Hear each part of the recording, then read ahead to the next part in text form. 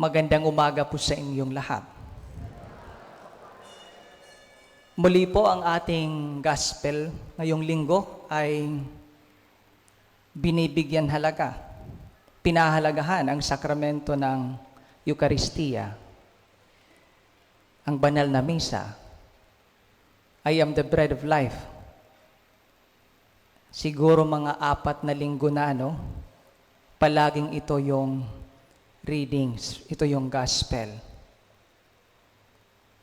And yung invitation today ay maganda po yung invitation ni Jesus ngayong araw.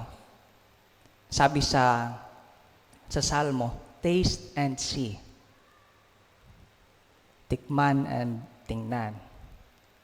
Literally. In today's gospel, pinipresent ni Jesus ang banal na misa as a meal, salo-salo. I am the bread of life. Kung sino kumain ito, magkakaroon ng buhay na walang hanggan.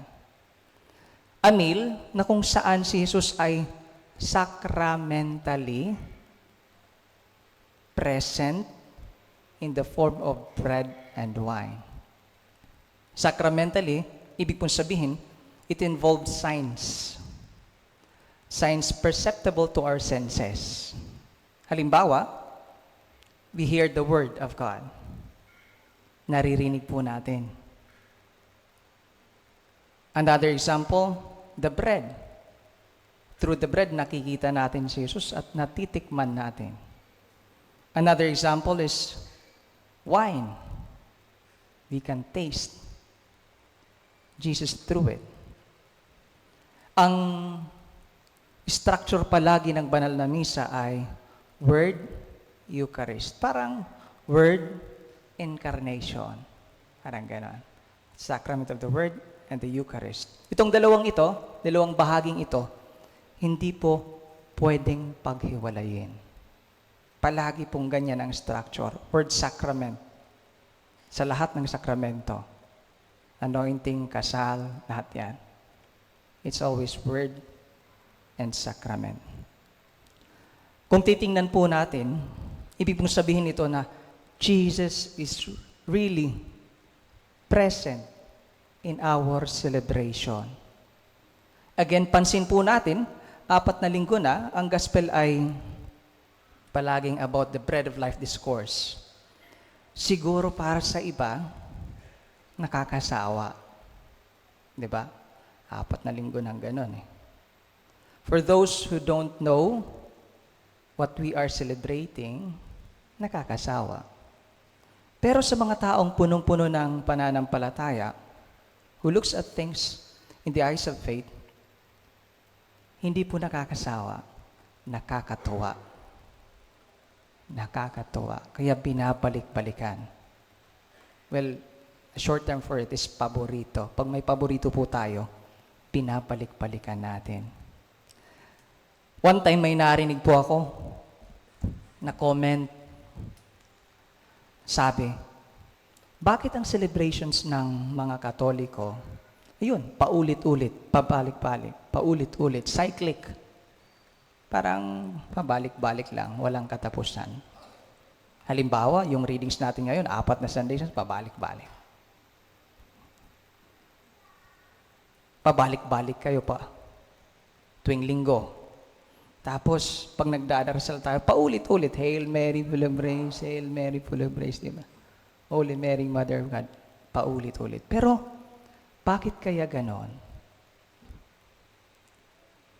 Sabi nila, walang direksyon ang pananampalataya natin. Bakit kaya ganon?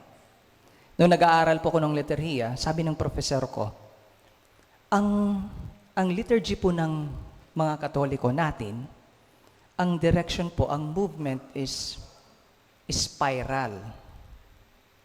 Sino po na po sa inyong napunta sa spiral? Kainan po yun dun sa somewhere. Kainan. Hindi daw po cyclic. Spiral, anong ibig sabihin ng spiral?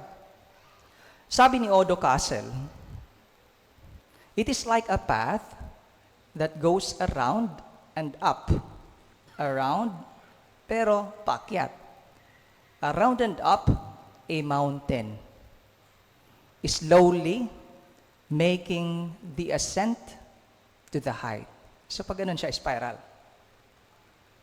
Ibig pong sabihin, progressive po siya.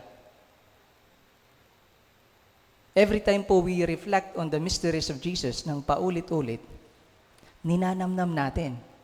Masarap. Binabalik-balikan natin. Ninanamnam natin. May direction po ang ating pananampalataya. Every time we come back to church, mas napapalapit po tayo sa Diyos. Hindi po siya stagnant na pananampalataya. There is progress. It is ascending. It is a spiral by spirituality. Pataas. Paakyat. Ang ibig sabihin, since spiral, habang paakyat tayo, mas namnam natin ang lasa ng ating pananampalataya. Mas namnam natin. Kaya ngayong linggo, tamang-tama yung invitation ni Jesus sa ating lahat, Taste and see. Tikman ang tingnan. Tikman ang tingnan. Well, I hope pagkalabas natin dito, may maimbintahan tayong mga kapamilya. Taste and see. Come and see the goodness of the Lord.